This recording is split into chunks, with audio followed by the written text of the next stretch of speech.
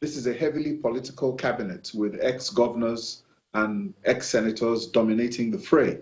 I think what is more important now is for the government to put together a clearly defined policy that will stimulate growth in the Nigerian economy.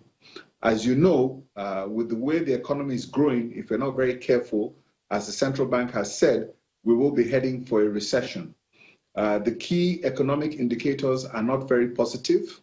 Right now, we're about over $70 billion in debt, and we're using 65% of our revenues to service debt. Clearly, this is not sustainable. So I think it's important that the government take a look at its economic recovery growth plan, which is the plan that they've sold to Nigerians over the last 4 years, and they need to go back to the drawing board on that plan, and they need to revamp that plan, and they need to tell us exactly how they're going to grow the economy. So now that this is done, what we need is a plan that can grow the economy, because the former plan they gave us claimed that the economy will grow 5% this year and 7% next year. Clearly, that is not happening. The economy is not even growing at 2%.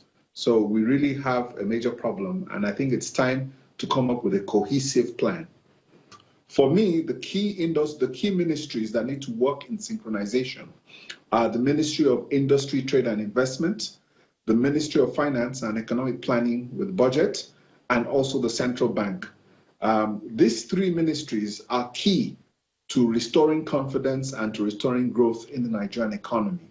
I think you should also know that the Nigerian Stock Exchange is at a 10-year low, and business confidence is very low at the moment. So it is important that we need to get out a policy that can generate interest from the business community, that can improve the levels of confidence, and more importantly, create growth and begin to cut down the rate of unemployment, which currently stands about 35%. So it is a tall order, and there's need for serious action because the central bank has warned that if action is not taken quickly, the economy could slip into a recession. Staying with those reactions, for the former Director General of the Bureau of Public Service Reforms, Dr. Joe Abba, his concern is about the cost implications of creating more parastatals, agencies of government, and the size of the country's civil service workforce. He explains that in recent times, every single bill passed comes with the creation of additional agencies. Noted that the federal government needs to look into the creation of agencies of government in order to reduce the cost of governance.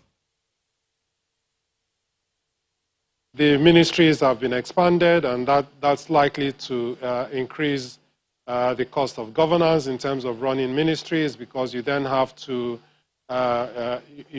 pay and staff more ministers. But the civil service itself hasn't expanded.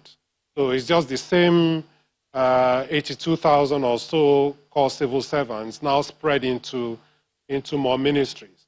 But the real cost actually is in the creation of agencies and parastatals, because this is what, in my view, actually leads to the ballooning of the cost of governance. So almost every day, we're creating a new agency or parastatal.